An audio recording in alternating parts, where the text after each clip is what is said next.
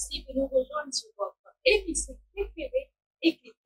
Le thème du jour, grossesse, est-ce que tout est clinique et que faut-il faire? Et pour débattre tout autour de ce sujet, je suis avec deux dames.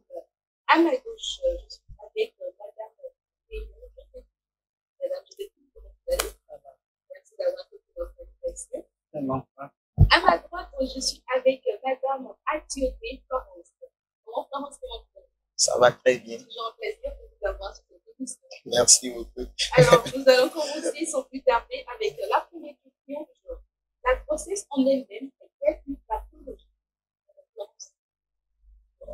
Bon, avant de donner la définition, de répondre à la question, je voudrais donner la définition de la grossesse elle-même. Bon, la grossesse, c'est un état d'une femme enceinte qui porte un embryon au sein de son utérus. Donc, telle que la question qui m'est été adressée, je pense que la grossesse n'est pas une pathologie. La grossesse chez une femme, ce n'est pas une pathologie, ce n'est pas une maladie. C'est un état, oui.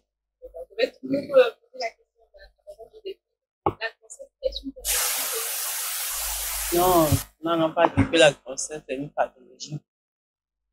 C'est juste l'état de la femme qui porte en son sein un enfant qui se développe jusqu'à l'accouchement.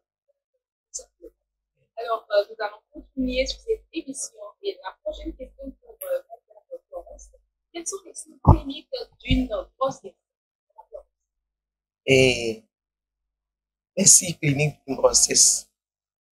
Premier signe, pour savoir si une femme est enceinte, il y a l'aménorrhée gravidique, l'arrêt des règles.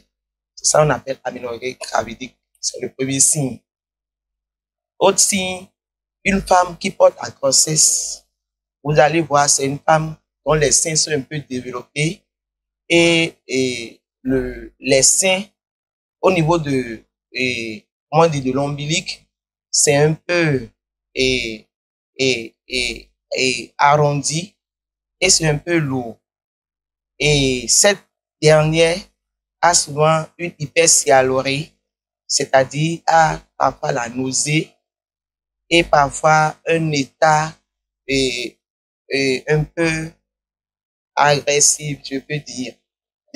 Son humeur change. Son humeur change en général.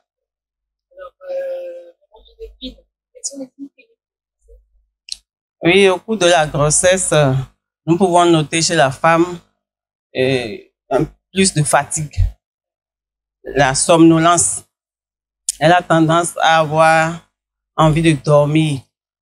Et lorsque nous regardons le sein, les seins prennent un peu plus de volume, sont plus sensibles et on note au niveau du bout des seins, au mamelon, que c'est plus pigmenté, c'est plus foncé. Oui, elle peut avoir le vertige, le vomissement, et c'est surtout ça. Oui. Quels sont les différents types de grossesse? Bon, nous avons plusieurs types de grossesse. Il y a les grossesses normales qui évoluent normalement chez la femme. Il y a une grossesse extra-utérine. La grossesse qui se développe en dehors de l'utérus. Ça, c'est des pathologies, c'est des anomalies. Bon, il y a des grossesses gémellaires. Ces genres de grossesse. Il y a aussi des grossesses qui sont associées aux pathologies, telles que l'hypertension artérielle, et l'anémie et la drépanocytose. Donc, il y a d'autres grossesses qu'on appelle des grossesses molaires. Ça, c'est des anomalies de la grossesse. Il y en a plusieurs types.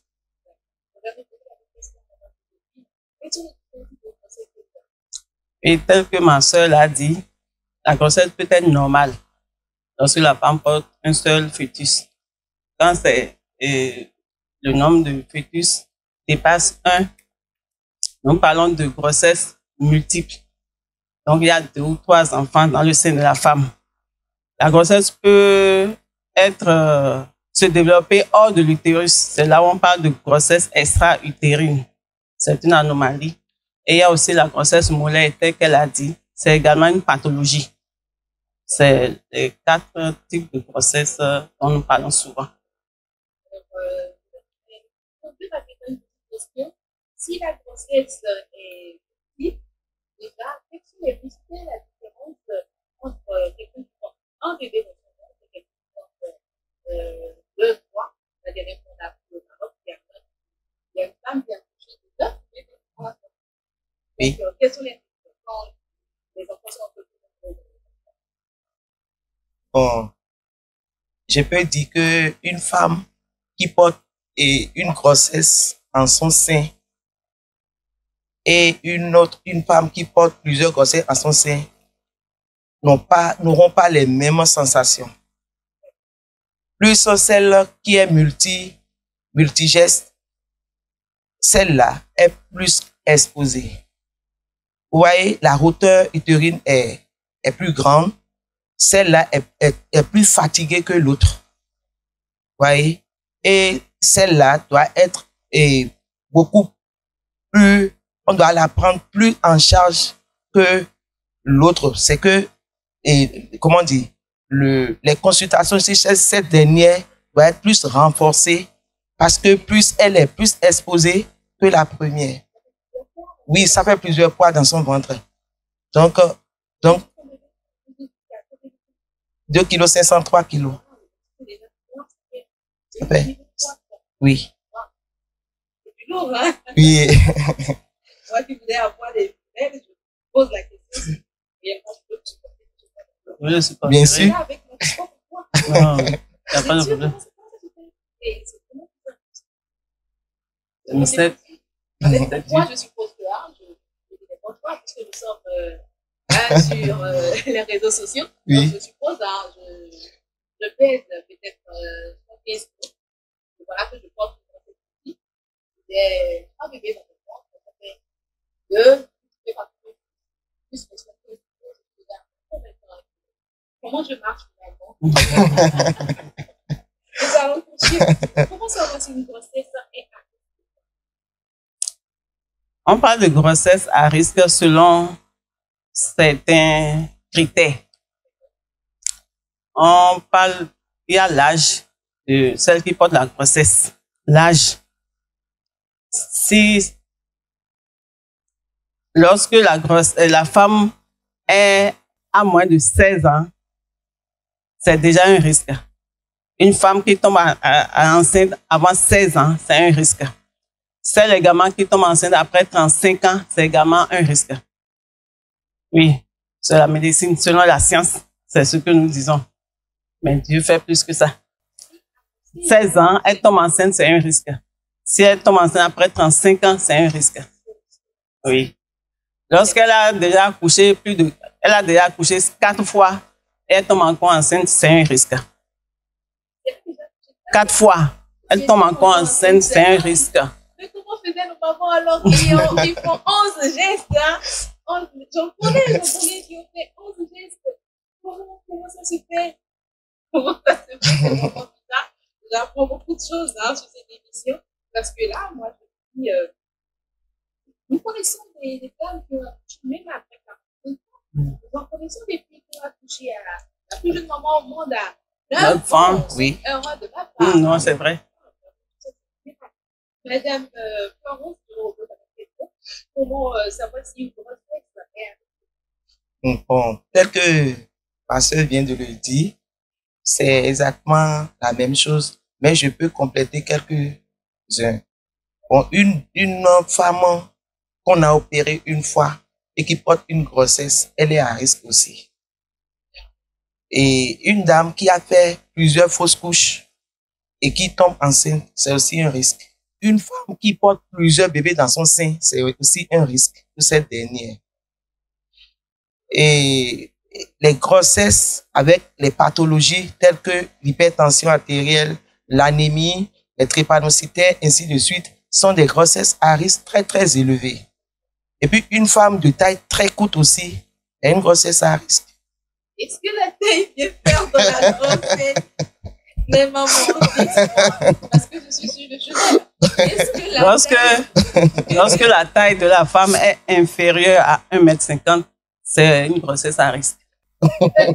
Non. J'aimerais mieux. La taille, il y en a qui disent les bassins. C'est vrai aussi. Bien sûr. Tu as les bassins, tu as... Oui. Oui, bien sûr. Selon la taille, la femme qui a 1,50 m, à moins de 2,50 m, ne peut pas avoir un bassin normal. J'espère. J'ai envie de me lever là. Pourquoi tu me regardes? Là, je serais sûre que je respecte tous les critères morphologiques pour pouvoir porter une grossesse.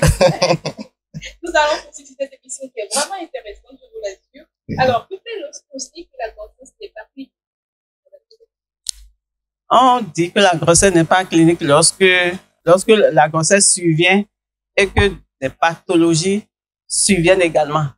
Pendant que la femme tombe enceinte, ce qu'elle n'avait pas, des cas de complications surviennent. Disons par exemple, la femme qui n'avait jamais l'hypertension.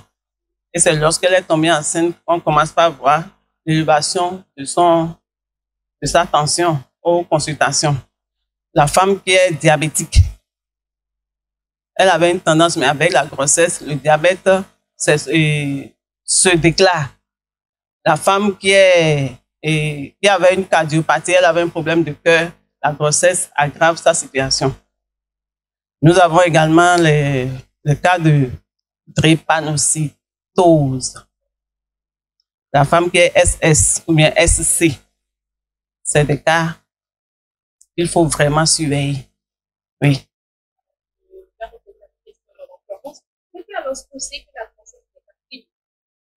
Bon, tel que ma sœur vient de le dire, c'est exactement la même chose. Donc moi, je peux compléter simplement que l'obésité aussi est un problème pour la femme. Une femme qui est très obèse aussi, et elle est exposée. C'est une femme qui est exposée à l'hypertension artérielle. Et ces dames-là, ces femmes-là, ces gestantes-là, le suivi doit être beaucoup plus renforcé. Beaucoup plus renforcé. Alors, comment détecter une grossesse sans forcément aux menstruations? Oui, lorsque, disons, la femme, elle soupçonne peut-être tomber enceinte, même avant que le temps des règles ne vienne, elle peut, par un test au laboratoire qu'on appelle TBG sérique. Là, c'est du sang qu'on a besoin. Et c'est au laboratoire que cette analyse se fait. Même avant sa date de ces règles, elle peut déjà savoir si elle est enceinte ou pas. Exactement ce que ma soeur vient de dire. C'est le test sérique qui se fait au laboratoire pour le dosage d'une hormone, de l'hormone de la grossesse, qu'on appelle HCG. Alors, comment ça se fait? D'abord, on a des témoignages des femmes qui disent avoir des menstrues au cours des règles, au cours de la grossesse, elles ont normal, hein? Pas des cas qui sont pas des menstrues qui apparaissent, des cas qui apparaissent. Normalement, c'est du 3 jours, ça doit être 3 jours, ça doit être 4 jours. Et puis, encore les cas qui Bon, moi, je pense que une femme qui est enceinte, qui porte une grossesse, ne doit pas normalement avoir ses menstrues. Mais parfois, il y a des femmes qui ont des traces de sang, qui pensent que c'est des menstrues. Mais ce ne sont pas des menstrues au fait. Oui, puisque quand il y a déjà la fécondation, l'œuf migra déjà dans l'utérus. Et puis, si cette dernière, par exemple, il y a déjà l'implantation du placenta, il y a déjà le développement de l'embryo génital qui se forme, tout et tout. Et puis, si cette dernière ne se repose pas, peut-être le clivage du placenta, de ce placenta qui est en train de s'installer là, ces clivages-là peut donner légèrement ces traces de sang qu'elle pense que c'est des règles. Alors que vous faites ce pareil. Quand il y a des grossesses, on ne peut plus parler de règles. Oui. Et aussi, hein, on entend aussi des témoignages de femmes qui disent se rendent compte de leur grossesse, de leur état, des mois après. 3 mois, 6 mois,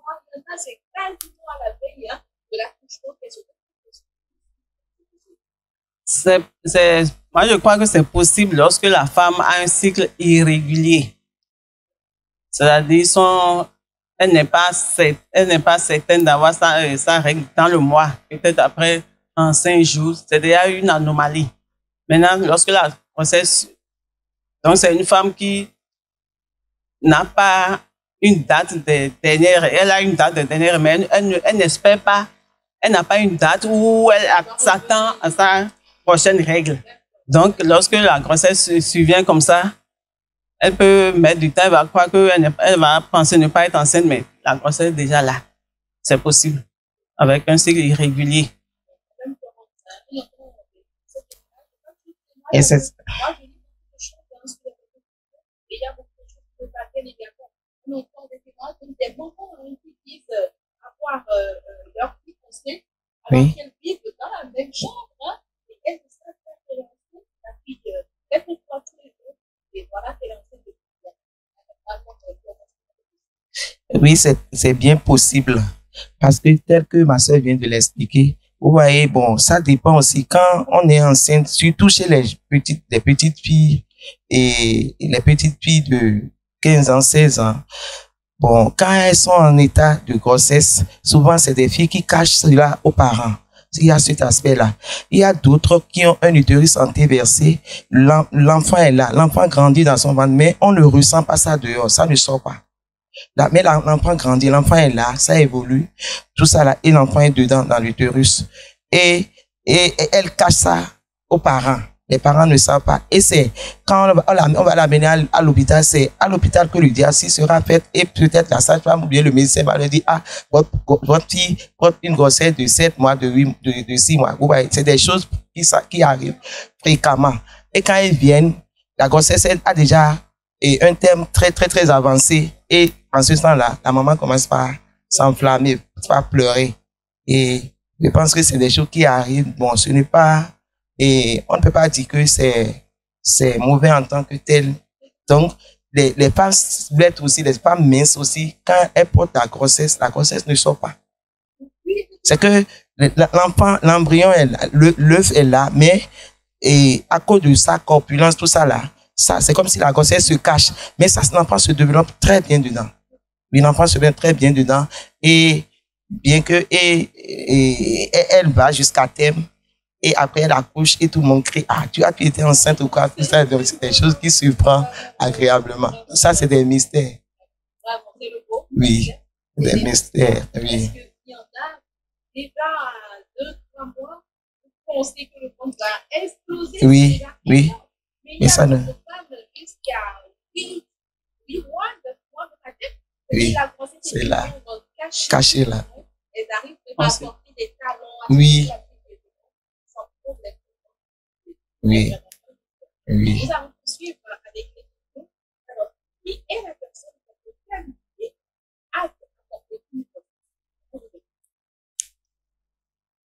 Personne apte à porter une grossesse. Selon moi, d'abord, le bon développement d'une grossesse dépend aussi de l'environnement. Une femme enceinte qui est dans un cadre hostile, elle va développer des pathologies, elle sera indisposée. Et cette grossesse risque d'avoir des problèmes. Donc, pour qu'une femme porte sa grossesse avec joie, dans l'allégresse, le meilleur cadre, c'est son foyer. La femme qui vit avec son mari, dans l'harmonie, dans la joie, elle supportera bien sa grossesse. Donc ça, c'est une femme majeure, une femme mûre, une femme mature et une femme responsable. C'est le meilleur cadre. Je pense que l'essentiel a été dit par ma grande sœur. Bon, ce que je voudrais simplement ajouter, bon, une femme qui doit porter la grossesse doit être une femme qui est en bonne santé. Première chose. Deuxième chose, une femme telle que la Bible a dit. La Bible dit, l'homme quittera son père et sa mère, s'attachera à sa femme et les deux vont devenir une seule chair. C'est en union que la grossesse doit venir normalement. Donc, une femme qui doit porter une grossesse doit être responsable. elle doit avoir les moyens au moins. Le mari aussi doit avoir aussi les moyens. Il faut qu'il soit capable de se garder. Donc, tel qu'elle a dit, il faut qu'eux deux soient responsables. Il faut qu'ils soient des gens qui soient capables de tenir aussi leur foyer en prière. Parce que autre chose est de garder la grossesse. Il faut aussi de bonnes conditions pour pouvoir garder cette grossesse. Du côté financier, spirituel, je pense que sur plusieurs aspects, vous comprenez, pour qu'une grossesse puisse aboutir à terme, il faudrait qu'il y ait un foyer, que l'homme et la femme puissent avoir les moyens pour s'entretenir. Et aussi, il faut qu'il y ait l'harmonie dans le foyer, qu'il y ait la paix, la joie dans le foyer. Et en plus, la Bible pour pouvoir conduire cette grossesse à terme, selon moi.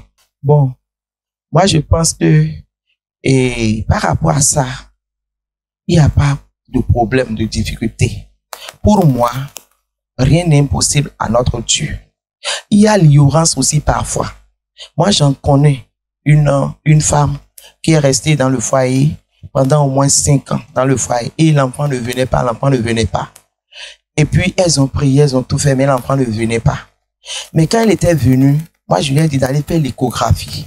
Quand elle a fait l'échographie a montré que son utérus est antéversé. Donc, l'utérus est antéversé, c'est-à-dire l'orifice du col est en bas. Façon. Vous comprenez?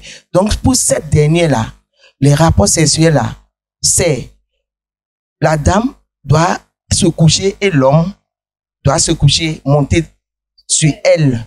Vous comprenez? Et quand le sperme rentre là, ça doit rentrer, ça doit partir, quoi. Donc, si l'utérus si c'est des femmes qui ont ces problèmes-là et elles ont des rapports, ouais, quand elles ont des rapports là, tout ressort. Mais l'utérus ne migre pas.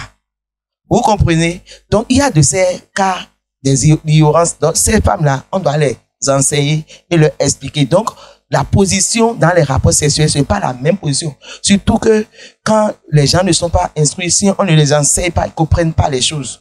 Vous comprenez? Donc, c'est ça. Donc, on doit, dans le foyer, en couple, on doit avoir des positions, plusieurs positions, varier des positions. Si réellement le couple veut la concession. Il y a d'autres, c'est pas ce cas-là.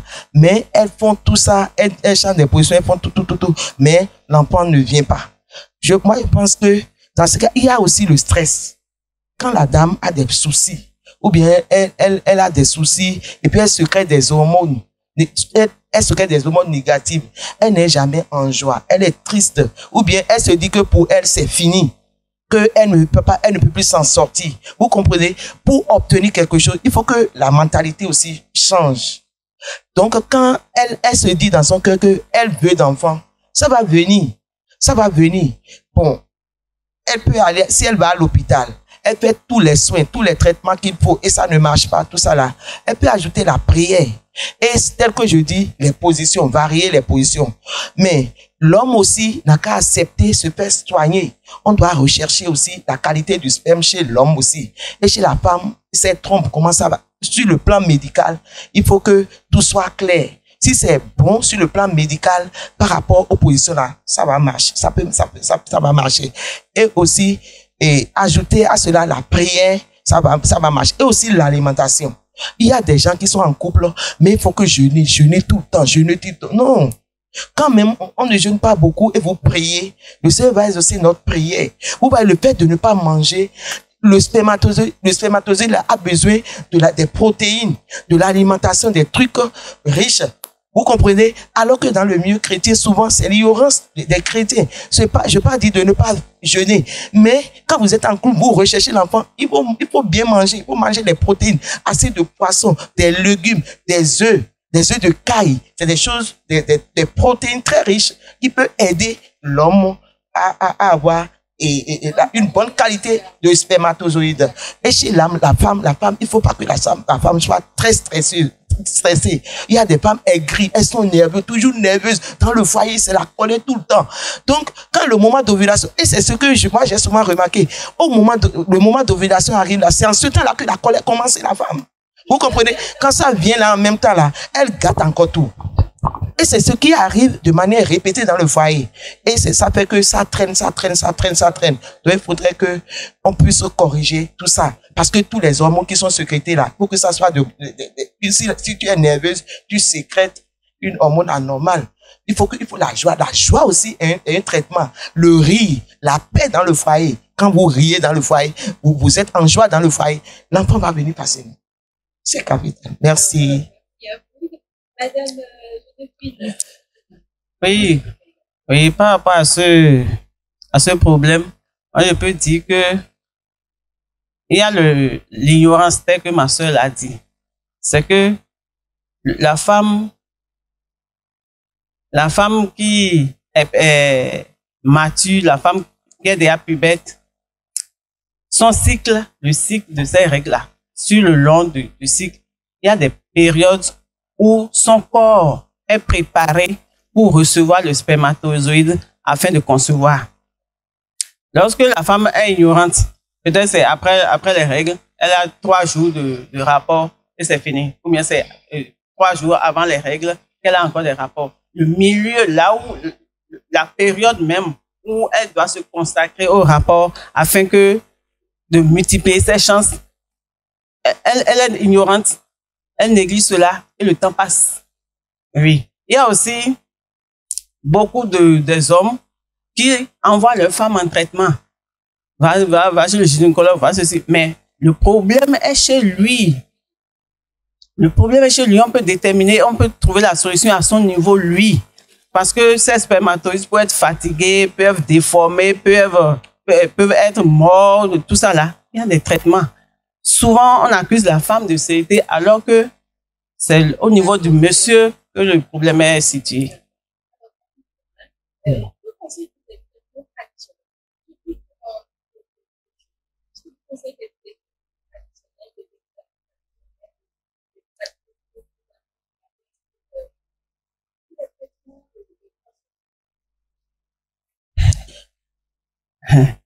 Bon, je ne saurais le dire. Hein. Bon, moi, je suis sage-femme et c'est les traitements médicaux que moi, je connais, je conseille. Bon, la seule chose que je peux dire, vous savez, il y a des vertus. Nous avons des vertus en Afrique. Vous comprenez? Mais moi, je n'en connais pas. Peut-être, vous n'en connaissez pas. Il y a des gens qui disent que peut-être il y a telle plante avec tant, on peut faire ci. Donc, ça dépend. Je ne saurais pas dire ici que, je ne peux pas dire ici que maintenant que va faire ci, va faire ça. Je n'en connais pas. Donc, c'est pas mon domaine d'expertise. Oui, je ne peux pas conseiller les gens pour aller là. Tout ça là. Merci. Oui, à mon niveau, c'est pareil, hein. Je connais sur le plan médical, mais traitement traditionnel, je ne peux conseiller personne. Alors, tout ce là à des femmes qui sont à la fin des années, le mariage a été consommé de lycée.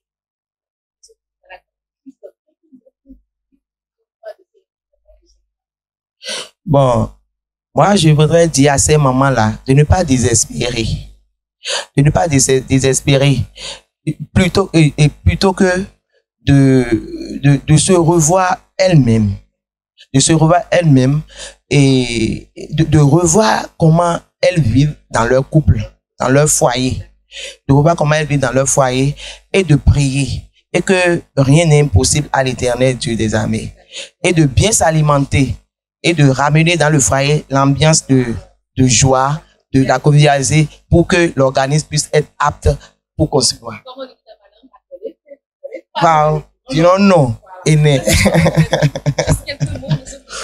Oui, et lorsque la médecine échoue, notre Dieu n'échoue pas. Oui. Donc je vais dire à tous ces couples, à toutes ces femmes, ces sœurs, de toujours espérer.